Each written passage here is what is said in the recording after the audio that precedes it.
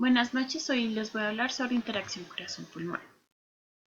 La circulación materno-fetal inicia por la placenta, que es un centro de intercambio de nutrientes y aporte de oxígeno, desecho de CO2 y aporte inmunológico.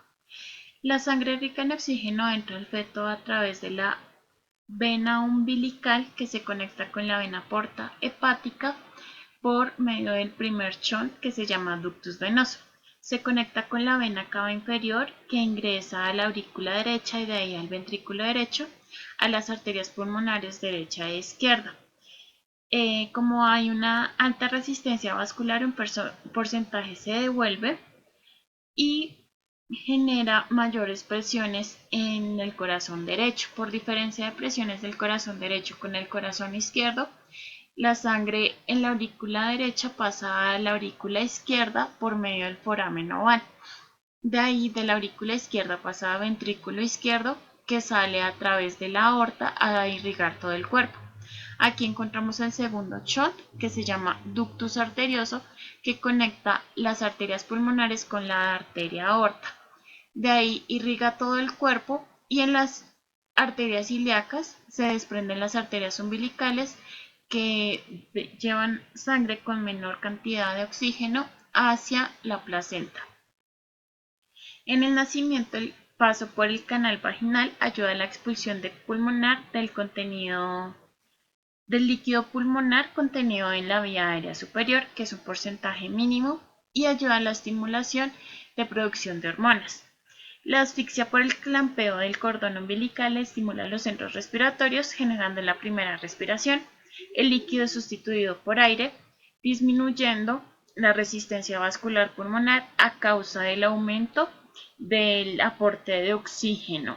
El flujo sanguíneo pulmonar aumenta, generando cambio de presiones donde la aurícula derecha disminuye presiones, el ventrículo derecho igualmente y todo el corazón izquierdo va a aumentar presiones. Por esto se va a ver el cierre del foramen oval. El cese del flujo venoso umbilical genera el cierre del ductus venoso a nivel hepático. Luego, por aumento del gasto cardíaco, el aumento del oxígeno en sangre y la disminución de la prostaglandina E2, hay cierre del ductus arterioso que queda aquí en la unión de la aorta con las venas pulmonares. En la anatomía podemos encontrar que la resistencia al árbol bronquial de los neonatos y pediátricos está aumentada por la disminución del diámetro. Su flujo de aire es más turbulento. La mucosa es laxa y es altamente vascularizada, generando edema y obstrucción de la vía aérea de evolución rápida. Los neonatos tienen las narinas estrechas y la epiglotis en una posición alta, lo que favorece una respiración nasal, y cualquier obstrucción nasal produce dificultad respiratoria rápidamente. La lengua ocupa la cavidad oral y orofaringea y hay fácil obstrucción de la vía aérea superior, sobre todo en lactantes menores. La laringe, como podemos ver, se encuentra en neonatos a nivel de C1 y la glotis a nivel de esta misma vértebra. En el adulto en C3, la laringe y la glotis a nivel de C5. La forma de la laringe es un cono truncado en niños menores de 4 años y en adultos es de forma cilíndrica. La tráquea y los bronquios a nivel de neonatos y pediátricos genera alta producción de moco y ayuda a la obstrucción fácilmente. Los anillos son menos osificados, hay mayor cantidad de músculo y de mucosa, lo que cualquier edema va a generar cierre de la vía aérea. El tórax tiene una gran flexibilidad, aumenta el trabajo respiratorio porque las costillas no son calcificadas y se encuentran en una posición más horizontal. La pared es inestable, limita el volumen corriente y disminuye la capacidad residual funcional, aumenta el colapso por ser susceptible a compresión mecánica o cambios de presión intra y extratorácica. El diafragma es pobre en miofibrillas tipo 1 y aumenta el trabajo ventilatorio con rápida fatiga muscular. Hay un mayor consumo de oxígeno en el neonato que en el adulto, y a causa de que la ventilación colateral no se encuentra bien desarrollada, hay mayor predisposición a las atelectasias y no hay una gran cantidad de alvéolos, canales de Lambert y poros de Kohn que ayuden a disminuir esto. En cuanto a la fisiología y el sistema cardiovascular, encontramos que hay una menor distensibilidad pulmonar, lo que genera una mayor presión de insuflación negativa con mayor trabajo respiratorio. La alta distensibilidad de la pared torácica aumenta el cierre de la vía aérea pequeña durante la respiración normal, y su patrón de respiración irregular genera alto riesgo de apnea, bradicardia y desaturación. La reserva pulmonar es baja. El corazón duplica y cuadruplica su peso hasta los 6 años de edad.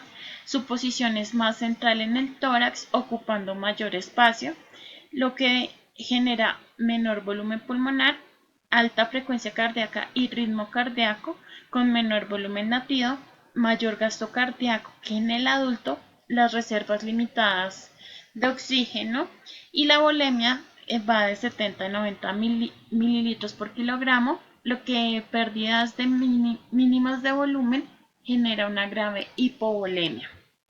La interacción corazón-pulmón depende fundamentalmente de la existencia de enfermedad pulmonar, enfermedad cardíaca, el tipo de respiración del paciente, ya sea artificial o espontánea, y los tratamientos instaurados médicos y quirúrgicos. La interdependencia ventricular: todo lo que se genera en un lado del corazón va a afectar al otro lado. Si empieza en el izquierdo, va a afectar al derecho o viceversa. Altos volúmenes pulmonares limita los volúmenes cardíacos. Pulmones sobredistendidos disminuyen el llenado del ventrículo derecho y por ende del ventrículo izquierdo, generando taponamiento cardíaco. La patología pulmonar aumenta el esfuerzo respiratorio, lo que ayuda a una mayor presión negativa intrapleural para asegurar el intercambio gaseoso, aumentando la poscarga del ventrículo izquierdo y disminuyendo el gasto cardíaco. Algún cambio pulmonar genera mayor aumento de la presión del ventrículo derecho, que tiene un mayor impacto por su escasa masa, generando mayor frecuencia cardíaca, mayor volumen diastólico y mayor masa muscular del ventrículo derecho como mecanismos compensatorios. Una alta cantidad de presión de oxígeno y una baja cantidad de CO2 o al abrir las atelectasias disminuyen la resistencia vascular pulmonar. Pero cuando se genera hiperinsuflación, hay un aumento de la resistencia vascular pulmonar por compresión de vasos, o insuficiente apertura alveolar genera aumento de la resistencia vascular pulmonar por vasoconstricción hipóxica. Finalmente, los efectos del aumento de la presión intratorácica son disminución de la precarga del ventrículo derecho, menor flujo coronario en inspiración, generando menor contractilidad, mayor poscarga del ventrículo derecho por aumento de la resistencia vascular pulmonar, disminución de la precarga del ventrículo izquierdo por compresión de los pulmones con mayor volumen de desviación del septum, menor contractilidad del ventrículo izquierdo por menor flujo coronario y disminución poscarga del ventrículo izquierdo con una presión arterial constante. Como conclusiones podemos ver que el sistema cardiovascular y respiratorio del paciente neonatal y pediátrico son muy lábiles. Desde el nacimiento se condiciona al paciente a desarrollar patologías pulmonares o no, dependiendo del cuidado que se tenga. El terapeuta respiratorio, al conocer la fisiología cardiorrespiratoria y la interacción corazón-pulmón, va a poder generar diversos tratamientos o evitar que se lleguen a instancias como la ventilación mecánica, y darnos cuenta que el paciente neonatal y pediátrico tienen una fisiología muy diferente al del paciente adulto y no se pueden tratar como iguales. Las referencias que utilicé fueron estas y toda la información que había en el módulo 1 de fisiología cardiorrespiratoria neonatal y pediátrica. Muchas gracias.